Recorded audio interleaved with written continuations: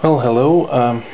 This is Peter again. I bought an Ekol ASI from replicaAirguns.com and their new store. It had an absolutely wonderful experience with them. They shipped it out. It came within a week. I had it. The reason I'm doing this video is not so much a review of the gun itself as just a disassembly. I haven't seen one online yet, and I was looking for it before I purchased it and didn't find it anywhere, so I figured I'd throw one up. So we're going to just take it out of the box here. There it is. We've got our little instruction manual there. It does come with the spare magazine, the nice big one. And the little flare adapter, of course, as well. Now, I was actually surprised at the weight of this gun. It is bigger than I had expected it to be, and it's heftier than I expected it to be. Even when I was watching other reviews, they were saying it was good quality plastic, and it is. It's really nice, durable plastic. Now, this is a factory second model I got for a really good price with Replica Airguns. There is absolutely nothing on this gun that would show you that this was a second, other than just one small area, and you'd have to look really hard to see it. If I pull back the slide here, I don't know if you can see that, but you get the serial number inside there, and just next to the serial number is a little blemish there. That's really about all that I could see on here. I was amazed that that was it, and that I suppose qualified this to be a factory second. So we're going to take this one apart completely. As you can see with the slide pulled back, there is absolutely nothing in the chamber. We'll pull the magazine out as well, and there we go. And we'll start taking this apart. It's actually fairly simple. It is a long process, but it's not necessarily difficult. I have a couple of screwdrivers here, little cheapos from Wally World, and then Allen wrench there. So we'll start here. Now, I've taken this apart once before just so that I would know what I'm doing for this video, and I have to say the quality of the parts is amazing. The screws themselves, if you could see even closer, there's no scratch marks on the screws for my screwdrivers, and you know, with my screwdrivers not being the greatest quality and me not being necessarily completely gentle with everything that I do, I was quite surprised to find that. Excuse me, I'm battling hiccups right now. We'll just start our way up and across the gun. There are several screws here. Almost all the screws are on this side. There is two on the other side that you'll just find right on the grip. Don't mind if I just put my screws in order here, and I'm just going to work my way across the gun in order as well. So here's the front and the rear sights both have little screws that actually require the Allen key here to unscrew them.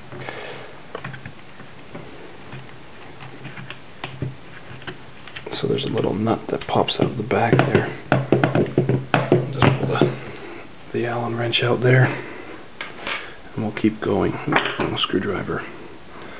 Now I'm trying to do this. The tripod I'm using for my camera here is not necessarily the highest of quality, and because my camera is leaning so far forward, it tends to tip over fairly easily, so I'm trying to absolutely not touch it and work around it as best I can. So if I get a little strange with the angles here, forgive me. So we've got another, I think, 4 main body screws to go, then 3 more on the handle, and one right above the trigger as well here. So this is another one here. We're just at the rear sight, so we got to do this one with the Allen key as well. There we go.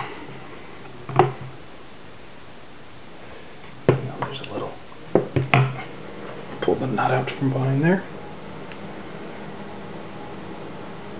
If I can, there we go. Sorry, I don't have the absolute perfect size of Allen key for the those screws, and so they're just a tiny bit small, so they just get wedged in there. And I do turn it. So we're almost there. Now, as you've probably seen in other reviews that you have watched online, namely those from Replica Air Guns, because they're a wonderful source of information. If you haven't checked out their website or their reviews, I highly recommend you go over there.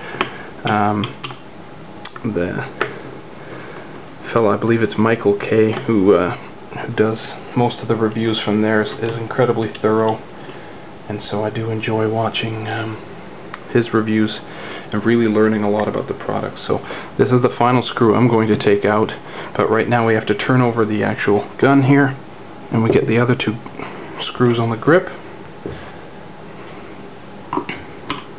Now these are really short screws, and these screwdrivers are not magnetic. So I hope you don't mind me as I just try and pry them out. I don't think that one's going to come, so I'm going to have to flip that over into my hand. There we go. Now, this is just the final piece that's just preventing the face of this to come off. This is the little selector switch here between safety and your firing modes, and just the top of it comes off. And as I was saying before, in the other reviews that you've seen, you've probably heard that this is just a Jackal Dual underneath, and it really is. In fact, I kind of like it a little bit better than the Jackal Dual. So, as I pry off the top here, you have to be a little bit gentle with it. There we go. So this is just the top piece here, and it is completely just a plastic on the inside, but it is a lot thicker and heavier than I had imagined it to be when I was seeing it online. Now here it is. This is the Jackal Dual that's sitting inside, and when we pull this out and remove it, now this here is a metal sight pin on the front, and it just sits there like that. So we'll pull that out. We'll remove this piece as well, and we're left with that. Now there's the little barrel extension on the front, so it's long enough to actually come out of the front of the Ekol ASI, and that's fully removable. Just screws out just like the flare adapters do. So we'll put that to the side here, and we're left with that. Now this is just gorgeous. If you can tell, the gun is black, but it's a complete matte black, which gives it kind of a neat look. I know that they don't offer this gun in a matte black, as far as I've seen in any stores in Canada anyway. I should probably decock that. Now, one of the things that I noticed last time I can't do that unless I have the trigger here, so I got to put it into safety. Now again, there's no clip. We did check that earlier.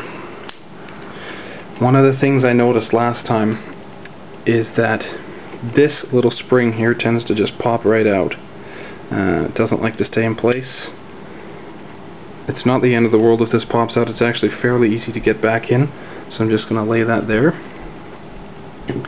And this is what you're left with. Now compare that to a regular Jackal in my circle of screws.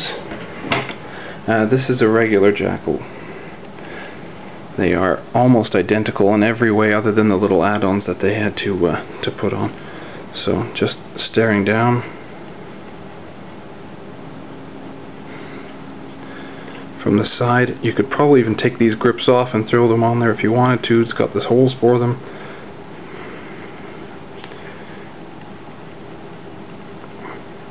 The only thing this gun is missing is the safety lever up here, which I've heard some people have used it. Even on my Jackal here, I cannot get that down without fear of breaking it. The other difference is that the selector switch does have a little extension tube on it. Now, looking at the parts manual, you can actually tear the gun down further and remove that and put the smaller one in if you wanted to.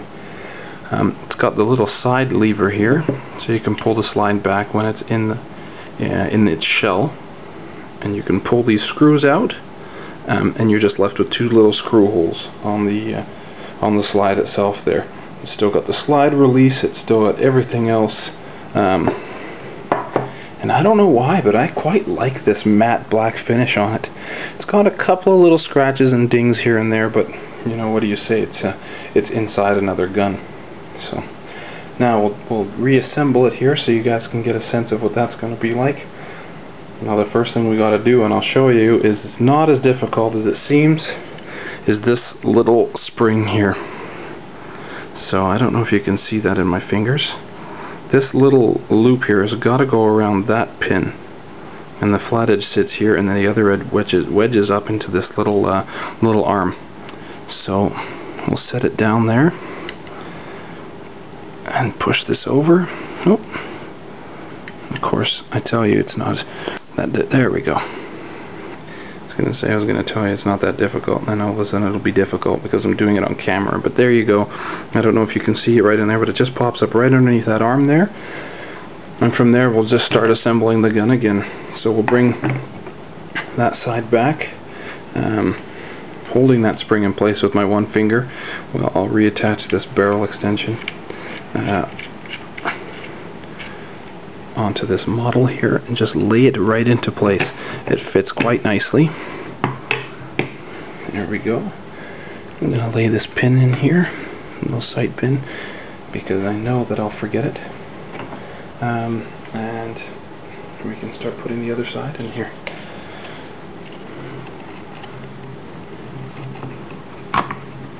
So yes, again, it is not difficult to actually take this gun apart.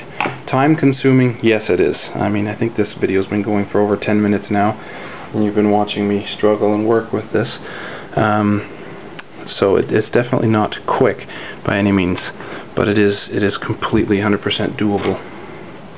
We'll put the screw back in here.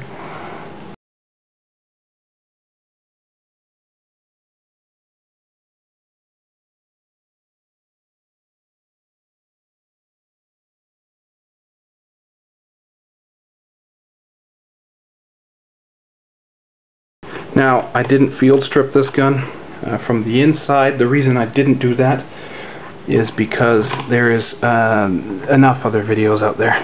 There are plenty of them. A couple that I've found that have been thorough, that have been great wealths of information. And so I just figure I'm not going to waste your time with something you can go view elsewhere as well.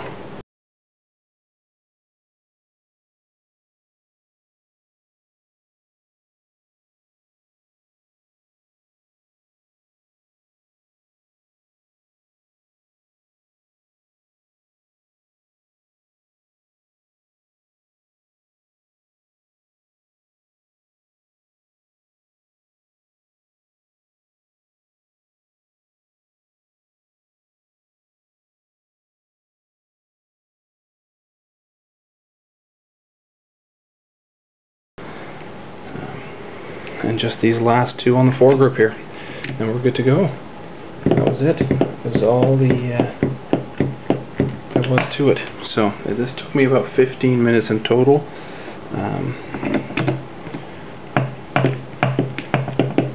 So definitely a little bit time consuming, but definitely not difficult. So there you have it, complete disassembly here of the Ekol ASI. Hope you enjoyed the video. Take care.